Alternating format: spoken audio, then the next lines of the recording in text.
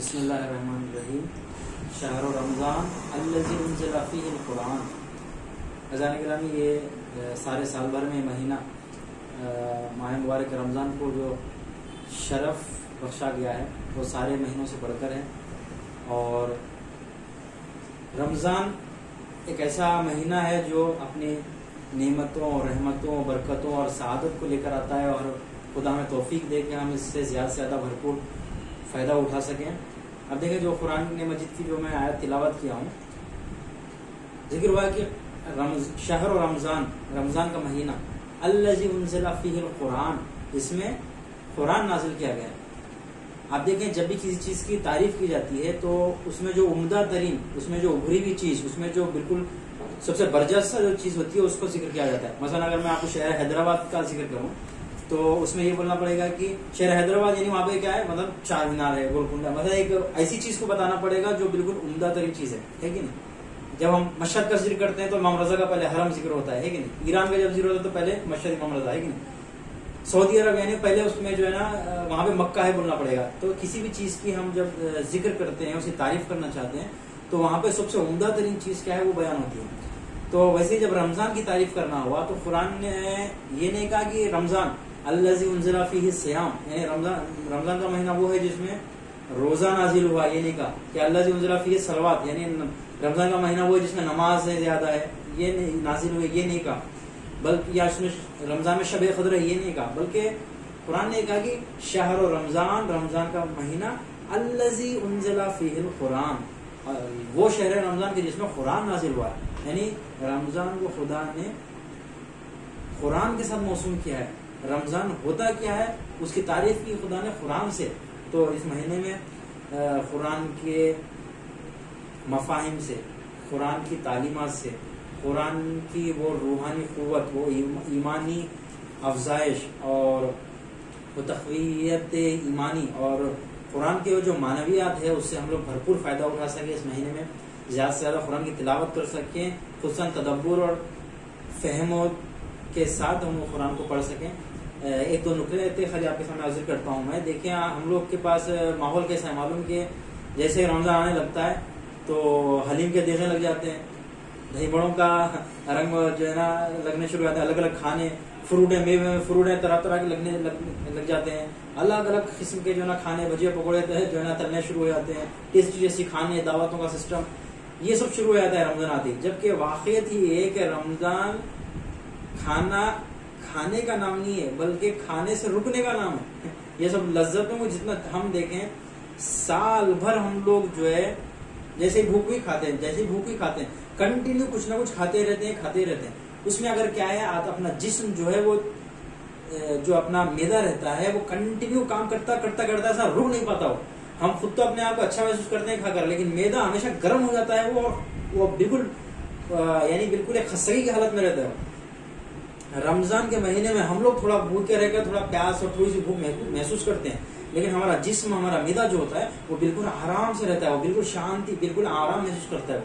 تو رمضان کا مہینہ جو ہے وہ اس کے ہزاروں وجہوں میں سے ایک وجہ یہ ہے کہ رمضان کا مہینہ اس لیے رکھا گیا تاکہ ہم لوگ کسی قدر بھوک و پیاس کو برداشت کریں، تاکہ کسی قدر ہم لوگ ایک روحانی اور معنویت کے ساتھ خدا کی طرف قرب پیدا ہو. دوسرا، دنیا کے غریبوں کی طرف ہماری توجہ ہو، بھوکے لوگ اور لاچار جو لوگ رہتے ہیں ان کی طرف ہماری ایک توجہ ہو، ہم زیادہ سے زیادہ خیرات کریں، دوسرے کو بلا کے کھانا کھلائیں، اس چیز کی توجہ کریں. اس کے ساتھ ساتھ اپنی جسمانی صحت و سلامتی کا پیغام لے کر آتا ہے رمضان. رمضان کے مہینے میں اگر آدمی پورے روزے رہے تو دیکھیں، سارے بیماریوں کے جڑ جو ہوتا ہے وہ میدا ہوتا ہے. ساری بیماریاں میدے سے ہی پیدا ہوتی ہیں. جب ہاضمہ صحیح نہیں ہوتا تو کچھ نہ کچھ بیماری شروع ہو جاتی ہے. تو ساری بیماریاں میدے سے ہوتی ہیں، اور میدے کو ہی جب ہم لوگ جو ہے کم کھا کر اس کو تھوڑا آرام دیتے ہیں تو یہ میدا سارے بیماریوں کو مارتا رہتا ہے.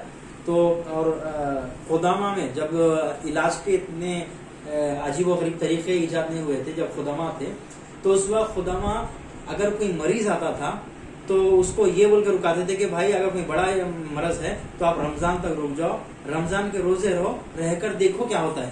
اگر رمضان کے روزوں میں آپ کی بیماری اگر کور ہو جاتی ہے تو آپ کو پھر کسی علاج کی ضرورت نہیں ہے. یعنی کسی بھی علاج کرنے کے لیے قدیم اطباء جو ہے کہتے تھے کہ رمضان تک رکو, رمضان آئے گا اس کے روزے رہیں گے تو خود بخود جسم کی بیماریاں مر جائیں گی. ہم لوگ کیا کرتے ہیں کہ خصوصاً ہمارے حیدرآباد اور شہروں میں جو حال ہے وہ یہ کہ بالکل رمضان آ گیا تو سوتے رہو اور بہت زیادہ سو کے اٹھتے ہیں اور رات میں جاگتے ہیں اور بہت زیادہ کھا لیتے ہیں. وہ بیماریاں کم کرنے کی بجائے اور تب بیماریاں اور ایجاد کر دے گا, ہے کہ نہیں. اسے پورا توجہ کرنا چاہیے کہ رمضان میں جتنا کم ہو سکتا سادے کھانے اور آرام سے خالی پیٹ بھر کر کھایا جائے اور بقیہ روزے میں کسی قدر بھوک کا احساس ہو. رمضان یہ ہے. اگر اس کے علاوہ آپ دیکھیں کہ تعلیمات اسلام میں جو ہے رمضان کے حوالے سے بہت خاص دعائیں چوتھے امام سے اور ائمہ معصومین سے وارد ہوئی ہیں. اس رمضان میں شب قدر ہے, ٹھیک ہے, شب قدر ہے اور شب قدر کے جو ہے شب قدر کے اعمال ہے 19, 21 اور 23 کی شب کو جو ہے اس کو شب قدر منایا جاتا ہے. اور شب قدر وہ ہے کہ جس میں جو ہے ہم اپنی تقدیر لکھی جاتی ہے, وہ شب بھی اسی میں ہے. سارے سال کی تقدیر اسی شب میں لکھی جاتی ہے. اس سے بھی جو ہے ہم کو بہت زیادہ اس کا اہتمام کرنا چاہیے, اس سے بھرپور فائدہ اٹھانا چاہیے.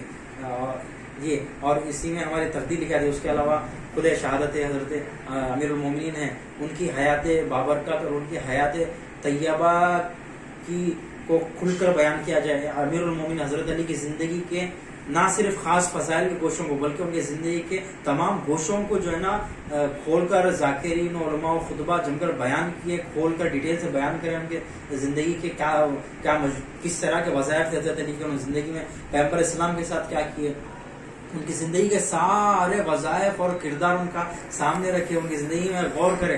مولا کائنات جب ضرورت لگی تھی تو مولا کائنات قرآن کی ایک آیت پڑھتے تھے, وہ یہ تھی کہ وَلِمِثْلِهِ فَلْيَعْمَلِ الْعَامِلُونَ کہتے تھے حضرت علی.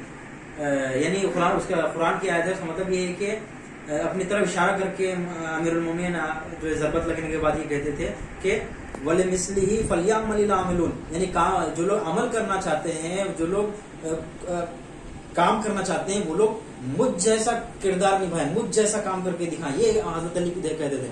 اور مولا کائنات نے جب ضرورت لگی ہے تو مولا کائنات نے ضرورت لگنے پر جملہ فرمایا ہے کہ فزت رب الکعبہ, میں رب کعبہ قسم کامیاب ہو گیا. کامیابی کہا تھی, کامیابی یہ تھی کہ ساری زندگی کو معیاری اور اوج کمال و سعادت و شرف کے ساتھ حضرت علی نے گزارا ہے اور اپنی زندگی میں نمونہ پیش کیا حضرت علی نے. اگر ان ساری رحمتوں برکتوں کے ساتھ ایک سعادت مند عید کے منانے کا ہم توفیق ملے, اسی کے ساتھ میں دعا کرتا ہوں کہ خدا ہم کو زیادہ سے زیادہ توفیق دے, رمضان کی برکتیں سے فائدہ اٹھانے کی. جس طرح خدا نے ہم کو مہمان بننے کے قابل سمجھ کر رمضان کے مہینے میں بلایا ہے, ہم اس کے مہمانی کے قابل بھی انشاءاللہ ثابت ہوں اور امام زمانہ کا ظہور ہو جائے.